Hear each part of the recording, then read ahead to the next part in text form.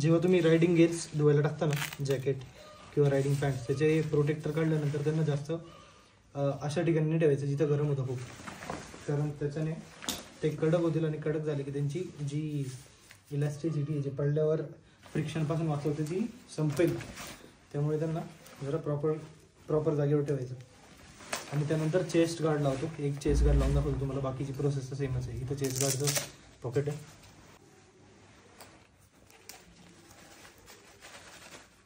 हे असं लावतात.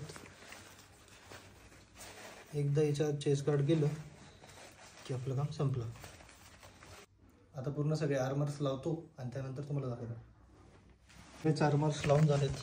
Chest armour, back armour, shoulder आणि इकडे स्लीवचं. तर तुम्हाला एकदा ट्राय करून दाखवतो.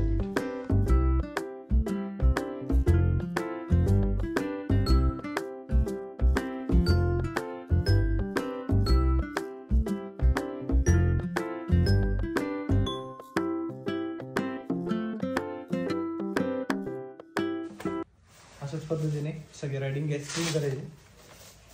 गरम थोड्याशा कोमट पाण्यात भिजवायचे सगळे प्रोटेक्टर्स काढून आणि नीट क्लीन करायचं. ब्रश लावाल तर खराब होईल.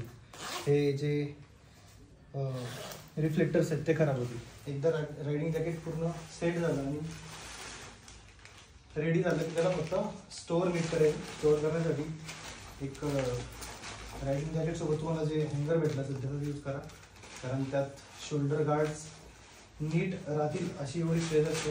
त्याच्यावर नीट टेकले जातात, त्याच्यामुळे तिथं ते सेफ असतात. आणि याला स्टोअर करताना अशा ठिकाणी स्टोअर करायचं जिथे जरा थंड वातावरण असेल, नाही तर अगेन आपले आर्मर खराब होऊ शकतात. मी रायनॉक्सची जी पिशवी मला जॅकेट घेतली तीच वापरतो.